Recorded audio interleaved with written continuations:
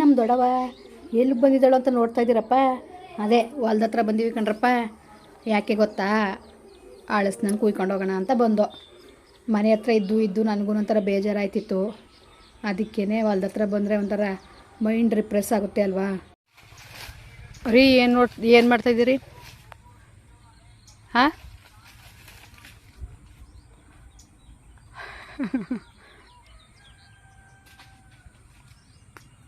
ಏನು ಚೆಕ್ ಮಾಡ್ತಾಯಿದ್ದೀರಿ?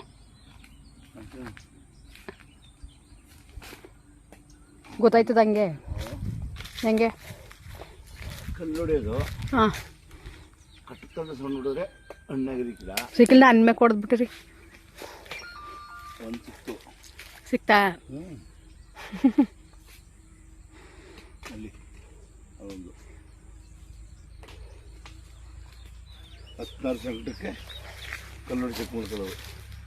ಅದೇ ಬಿದ್ದದ?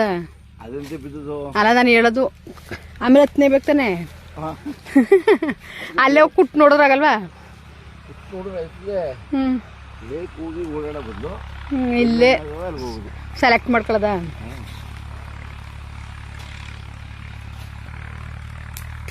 ತಲೆ ಮೇಲೆ ಕೊಡ್ಬಿಟ್ರೆ ಸಿಕ್ಕಿಲ್ಲ.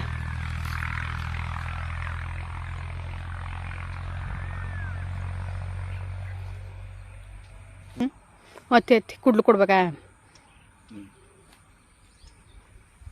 ಬಿತ್ತು ಮುಂದೆ ಹೋಯ್ತು. ಈಗ ಹಾಲು ತೆಗಿತಾ ಇದ್ದೀರಾ? ಅದೇ ಉಂಟ ಅದು.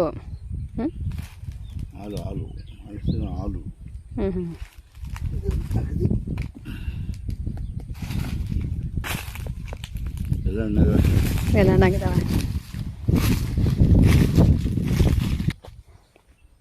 ನೋಡಿ. 8 ಹಲಸಿನ ಹಣ್ಣುಗಳು ಕಿತ್ತವ್ರೆ ನಿಮ್ಮ ದೊಡ್ಡಪ್ಪ.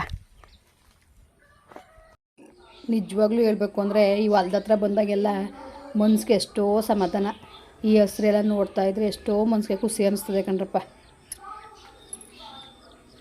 ಹಾಗೆ ಸುಮ್ಮನೆ ಈ ವಿಡಿಯೋ ಮಾಡಬೇಕು ಅನ್ನಿಸ್ತು, ಮಾಡಿದೆ. ಹಂಗೇ ನಿಮಗೆ ಈ ಸಿಂಪಲ್ ವಿಡಿಯೋ ಹೇಗೆ ಅನ್ನಿಸ್ತು ಅಂದ್ಬಿಟ್ಟು ದಯವಿಟ್ಟು ಕಮೆಂಟ್ ಮಾಡಿ ಹೇಳಿ. ಹಾಗೆಯೇ ದಯವಿಟ್ಟು ಯಾರು ಸಬ್ಸ್ಕ್ರೈಬ್ ಮಾಡಿಲ್ಲ ಎಲ್ಲರೂ ಸಬ್ಸ್ಕ್ರೈಬ್ ಮಾಡಿಕೊಂಡು ನಮಗೆ ಸಪೋರ್ಟ್ ಮಾಡ್ರಪ್ಪ. ಮತ್ತೆ ಇನ್ನೊಂದು ವಿಡಿಯೋದಲ್ಲಿ ಸಿಗ್ತೀನಿ. ಬಾಯ್.